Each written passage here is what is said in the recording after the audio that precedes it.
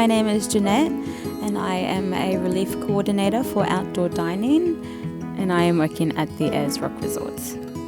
This will be my first season as a supervisor. Taliwiru is one of our fine dining options. It's a very spiritual place to be and the landscape out there is beautiful. I was very shy when I first started here at the resort and now I'm finding myself speaking in front of large groups of people. It definitely has helped with my confidence.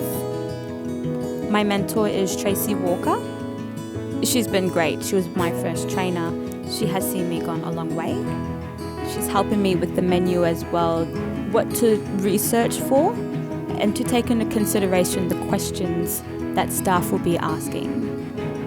Communication is key. So my role involves me liaising with everyone from the chefs to the staff. I have a great support system around me and everybody is behind me on this.